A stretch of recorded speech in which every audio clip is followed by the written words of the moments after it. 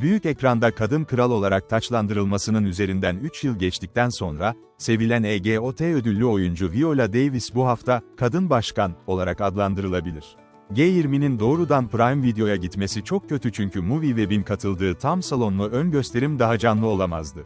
Neşeli ve gürültülü kalabalık, ödüllü film yapımcısı Patricia Regan'ın The 33 yönettiği Davis'in yeni başrol aracında sunulan her küçük kıvrıma ve dönüşe uygun şekilde tepki verdi.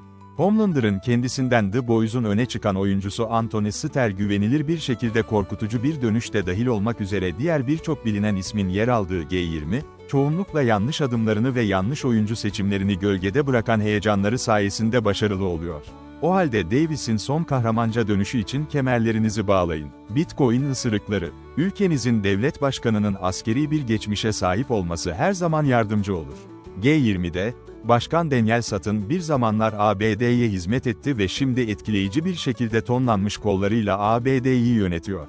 Davis hala parlıyor, ifadesiz komik ve her yerde çok havalı, özellikle de yeni aksiyon filminde bu yüzden Daniel'in kocası Derek'in Anthony Anderson tarafından canlandırıldığını fark ettiğinizde potansiyel göz devirmelerine işaret ediyor. Elbette, yıllarca Blacklist'ten sonra komik adamı sevmeye başladık. Ancak sevimli Davis, G20'de yanında daha uygun ve gerçekçi bir çocuğu hak ediyor. Tyler Perry'den bahsediyoruz, belki de Idris Elba. Davis-Anderson ikilisi pek doğru gelmiyor. Özellikle de Anderson burada ve orada dramatik olmaya çalıştığında. Neyse, aksiyona geri dönelim. Çift ve ergenlik çağındaki çocukları, sorun çıkaran Zeki Serena dahil, aynı adı taşıyan konferans için Güney Afrika'ya giderler, uluslararası forum aslında bu Kasım ayında düzenlenecektir.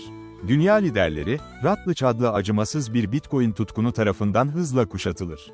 İşler şiddete dönüşür, ancak Daniel Sadık güvenlik ekibi Money'nin yardımıyla teröristlerin pençesinden kurtulmayı başarır. Birkaç başbakan, Elena Romano da dahil olmak üzere Madame President ile birlikte saklanır ve sonunda herkesi güvenliğe geri döndürebilecek bir tür kurtarma operasyonu için umutsuzca formüle ederler.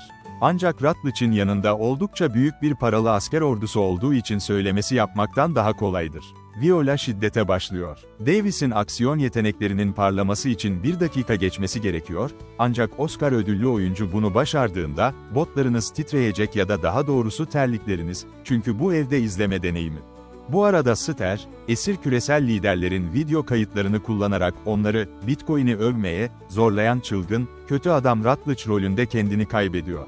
Daha sonra bu videoları dünyanın dört bir yanındaki sosyal platformlarda paylaşıyor, böylece evdeki izleyiciler onun dolandırıcılığına inanabiliyor, fütüristik para birimine yatırım yapabiliyor ve borsayı çökertebiliyor.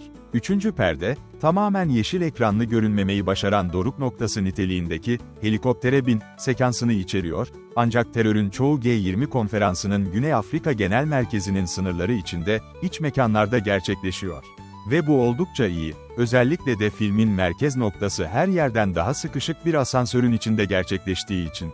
Davis sonunda aksiyon kahramanı kanatlarını açtığında, eşit derecede sevimli yardımcı yıldızı Rodriguez'in yanında kırmızı elbiseli bir dayak atıyor zalim paralı askerler tarafından sayıca çok geride olmalarına rağmen. Bu, eğlence olsun diye tekrar oynamak isteyebileceğiniz türden, ciddi bir dövüş sahnesi. Neyse ki, bu tür anlar çoğunlukla eldeki biraz saçma çatışmayı gölgede bırakıyor derin sahtekarlıkların kelimenin tam anlamıyla tüm dünya nüfusunu başarıyla kandırmasına odaklanıyor.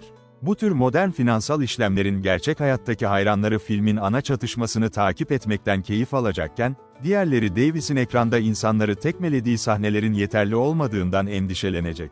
Ama var, millet, siz bekleyin. Amazon MGM Studios'tan G20, 10 Nisan 2025'ten itibaren Prime Video'da yayınlanmaya başlayacak. G20'yi 10 üzerinden puanım 5.